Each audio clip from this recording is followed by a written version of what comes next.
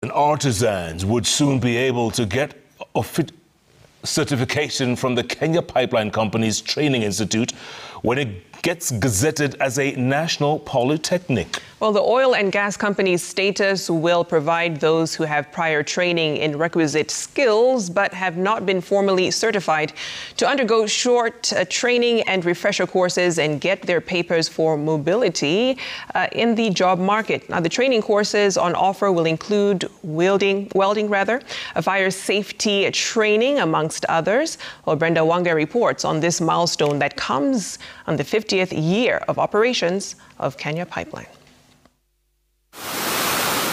The Kenya Pipeline Company is best known for its key role of ensuring reliable and sufficient supply of petroleum products to Kenya. From the port of Mombasa to the inlands of the Rift and Western Kenya, the company provides a lifeline for trade and mobility. But beyond the transport of oil and gas, the company, in its 50 years of existence, has been undertaking another key responsibility that is crucial to the survival of the company and other industries: training of the country's and the region's future workforce in the oil and gas space. Spread across 3 campuses is the Brenda Training Institute. At the Nairobi campus, we find a cohort going through their lessons. The class is part of a larger group of students based in Nairobi, Naivasha and Eldoret who are learning the ins and outs of how the oil and gas sector works. The students at the campuses are trained on health, safety and environment, firefighting, technical, engineering and corporate courses. Where we are now is our workshop. This workshop entails mechanical equipment, we have welding equipment, and just besides me is a skit for INC, that is instrumentation and control, and also for operations. So as a competency-based institution, when we have new incoming staff, we can train them on how pipeline works. The Institute's training is the only one of its kind in the country whose competency-based education and training curricula has been approved with the Technical and Vocational Education and Training Authority. Students are taken through real life and work experiences as they study at the campuses. And so we leverage on the KPC 50 years experience, both in terms of the infrastructure in place, the training facilities available, and the highly skilled engineers who have been trained and certified in various technical areas. So the nexus of the experience of KPC over the years and the identified industry needs normally now informs the development of curricula.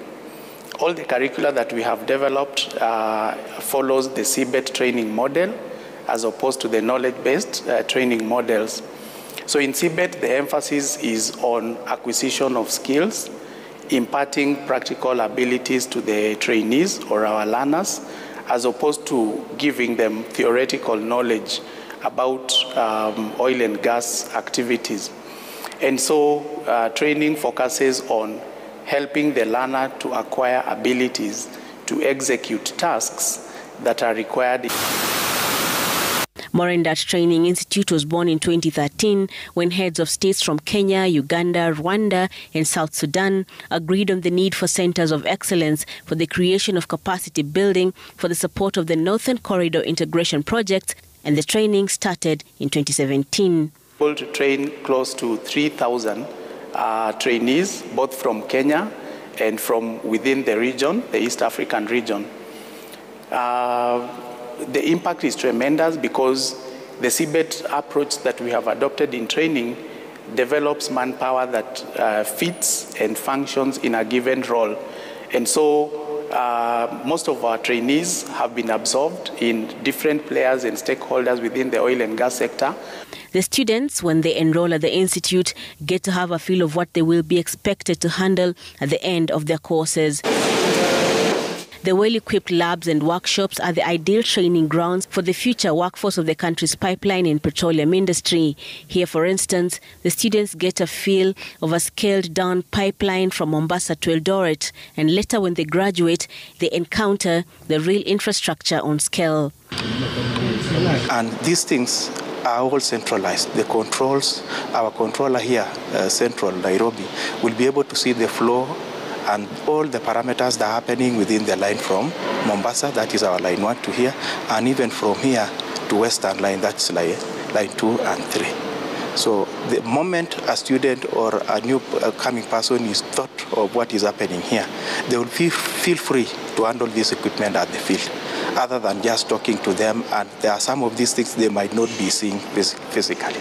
It is this training that the Institute says will guarantee continuity in the growth and adaptability of changes that come within the oil and gas sector. Industrialization is driven by manpower, and even speaking from a career lifespan point of view, part of succession planning entails manpower development, mentoring of young individuals to succeed the current job holders.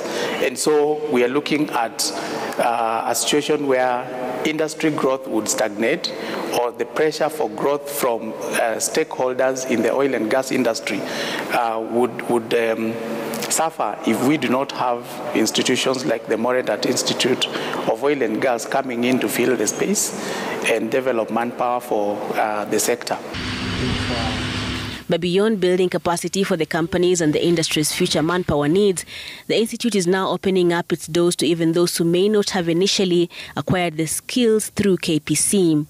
The Institute will be playing a key role in implementing one of the key recommendations of the Presidential Working Party on Education Reforms on certification. We are moving into that space to admit those artisans, skilled artisans, assess them for a period of, say, a week, give them refreshers, and finally give them certificates that they can use to access job opportunities outside the country. That is what is called recognition of prior learning. So we are looking at it as a vehicle towards creating mobility for the labor force that has the know-how, the skills of doing the job, but cannot access these opportunities out there.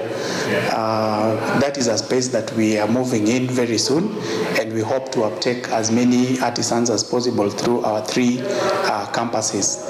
Again, in the areas of specialized welding, in the areas of electrical engineering, mechanical, pump maintenance, fire, safety, health, and environment-related areas. The Institute is awaiting gazettement that will see it transition to a national polytechnic. The Institute believes that this will be a game changer for thousands of those who are holding on to skills that are yet to be recognized formally and will in turn contribute to the country's economic growth. Brenda Wanga, Citizen TV.